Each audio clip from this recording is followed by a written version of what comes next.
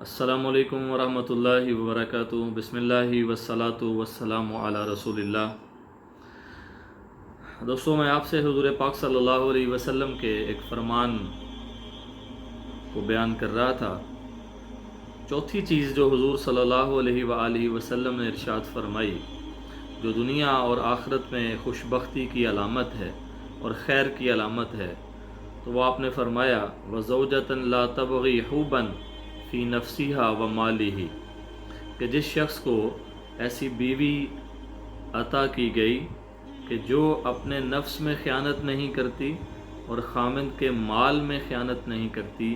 تو اسے دنیا اور آخرت کی بھلائی عطا کی گئی۔ اور ایک اور روایت میں آتا ہے کہ ایمان کے بعد جو سب سے بڑی نعمت ہے اللہ تعالیٰ کی، وہ نیک بیوی ہے۔ اور مفسرین نے قرآن مجید کی جو آیت ہے وَمِنْهُمْ مَن يَقُولُ رَبَّنَا آتِنَا فِي الدُّنْيَا حَسَنَةً وَفِي الْآخِرَةِ حَسَنَةً وَقِنَا عَذَابَ النَّارِ، کہ کچھ لوگ وہ ہیں جو اللہ تعالیٰ سے دعا یوں مانگتے ہیں کہ یا اللہ ہمیں دنیا میں بھی حسنہ عطا فرما، ہمیں آخرت میں بھی حسنہ عطا فرما۔ تو یہ جو دنیا میں حسنہ ہے، تو ایک تفسیری قول کے مطابق دنیا میں حسنہ سے مراد نیک بیوی ہے۔ نیک بیوی نعمت کس طرح ہے اور کیوں کر ہے؟ اس کی وجہ یہ ہے کہ ایک مرد کا ایک عورت کے ساتھ جو سب سے پہلا رشتہ قائم ہوا وہ میاں بیوی کا تھا۔ حضرت آدم حضرت حوا کا جو ریلیشن اور تعلق بنا وہ میاں بیوی کا تعلق تھا، اور پھر جو سب سے آخری رشتہ ایک مرد کا ایک عورت کے ساتھ قائم ہوگا وہ میاں بیوی کا ہوگا۔ وہ کس طرح کہ جیسے قرآن پاک میں اللہ تعالیٰ فرماتے ہیں وَزَوَّجْنَاهُمْ بِحُورٍ عِین، کہ ہم جنتی مردوں کا نکاح بڑی بڑی آنکھوں والی حوروں سے کریں گے۔ تو جو انسانیت کی ابتدا جہاں سے ہوئی حضرت آدم سے حضرت حوا سے، تو ان دونوں میں جو رشتہ تھا وہ میاں بیوی کا تھا۔ اور جہاں پہ یہ جو ہمارا سفر جاری ہے اور جہاں پہ یہ سفر ہمارا اختتام کو پہنچے گا،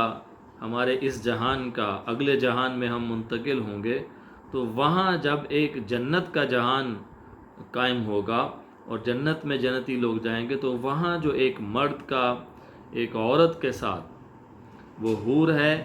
یا دنیاوی عورت ہے، اس سے جو تعلق ہوگا وہ اس سے پتہ چلا اس آیت سے کہ وہ میاں بیوی کا ہوگا۔ اور ظاہر ہے کہ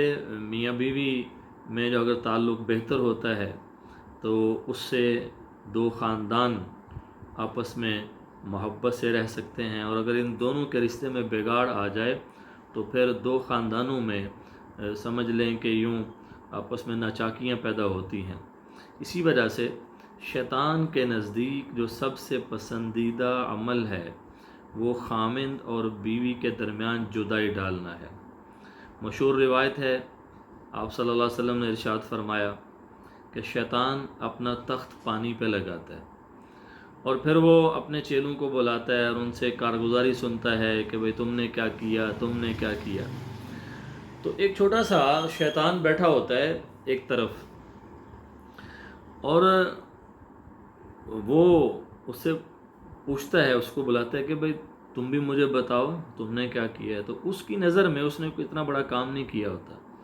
تو اسے کہتا ہے کہ میں نے تو اتنا بڑا کام نہیں کیا۔ تو وہ کہتا ہے بتاؤ تم نے کیا کیا ہے۔ تو پھر وہ بتاتا ہے دو میاں بیوی تھے، ان میں آپس میں بڑی محبت تھی اور میں نے ان میں نفرت ڈالی، اور اس نفرت کا جو نتیجہ تھا وہ طلاق کی صورت میں ظاہر ہوا۔ تو حدیث میں آتا ہے شیطان اتنا خوش ہوتا ہے اس چیلے سے کہ وہ اس کو گلے سے لگاتا ہے اور وہ کہتا ہے کہ اصل کام تو تم نے کیا، انہوں نے تو کچھ بھی نہیں کیا، اصل کام تم نے کیا۔ تو اگر بیوی نیک ہے، خامند بھی نیک ہے، تو دونوں کا نبھا اچھے طریقے سے ہوگا اور ایک اچھی زندگی گزاریں گے، اور گھر میں اگر سکون ہوگا تو آگے بچوں کی جو تربیت ہے، بچوں کی جو پرورش ہے، وہ ایک بہتر انداز میں ہو سکے گی۔ اور ایک بہترین بیوی ہی، ایک نیک بیوی ہی ایک نیک اور بہترین ماں ثابت ہوتی ہے، اور جب وہ ایک بہترین ماں ثابت ہوتی ہے تو پھر اس کے ذریعے ایک بہترین خاندان، اور پھر ان کے بعد خاندانوں کے بعد پھر بہترین معاشرے تشکیل پاتے ہیں۔ اسی وجہ سے نپولین نے کہا تھا کہ تم مجھے عظیم مائیں دو، میں تمہیں عظیم قومیں دوں گا۔ تو عظیم مائیں ہی عظیم قوموں کا باعث بنتی ہیں، اور ماں تو وہی عظیم ہوگی جو ایک عظیم اور بہترین بیوی ثابت ہو۔ مثال کے طور پہ حضرت فاطمہ سلام اللہ علیہ اور حضرت علی کرم اللہ وجہہ الکریم، تو یہ ایک ایسا کپل ہے، یہ ایک ایسا جوڑا ہے کہ دیکھیں یہاں پہ بیوی عظیم ترین خاتون ہے، فاطمہ تو سیدۃ نساء اہل الجنہ، جیسے حضور نے فرمایا کہ میری بیٹی فاطمہ جنت کی خواتین کی سردار ہوگی۔ تو یہاں پہ ماں عظیم ہے، بیوی عظیم ہے، تو پھر وہ ایک عظیم ماں ثابت ہوئیں، اور پھر ان کی کوکھ میں جنم لینے والے جو حضرات حسنین کریمین ہیں اور حضرت زینب سلام اللہ علیہ ہیں، اللہ نے ان کو کیا شان عطا کی ہے وہ ہم سب کے سامنے ہے، وہ ہم علماء سے سنتے رہتے ہیں اور کتابوں میں پڑھتے رہتے ہیں۔ تو یہ اصل میں کیا تھا کہ ان کے پیچھے ایک بہترین ماں تھی، اور ماں سے پہلے وہ ایک بہترین بیوی تھی، ایک بہترین جیون ساتھی تھی حضرت علی کرم اللہ وجہہ الکریم کا۔ تو اس لیے حضور پاک صلی اللہ علیہ وسلم نے ارشاد فرمایا کہ جسے نیک بیوی عطا کی گئی کہ جو وہ اپنے نفس میں خیانت نہیں کرتی۔ کیا مطلب؟ کہ اس کی عزت صرف اس کے خامد کی امانت ہوتی ہے، وہ اپنے گھر میں اپنے خامند کے علاوہ کسی کو آنے نہیں دیتی، اپنے حرم میں کسی کو داخل نہیں ہونے دیتی، اور دوسرا خامند کے مال میں وہ چوری نہیں کرتی، خامند کے مال میں وہ خیانت نہیں کرتی۔ ظاہر ہے ایک خامند باہر ہوتا ہے یا وہ کاروبار کرتا ہے اور پیسے اپنی بیوی کو دیتا ہے، تو اب یہ اس بیوی کی ذمہ داری ہے کہ وہ ان پیسوں کو صحیح جگہ پہ خرچ کرے، تو اور اپنی عزت کی حفاظت کرے۔ تو عزت کی حفاظت کرنے والی اور خامند کے مال کی حفاظت کرنے والی یہ بہترین عورت ہے، اور یہ خوبصورت ترین عورت ہے اور خوبصورت ترین بیوی ہے، اور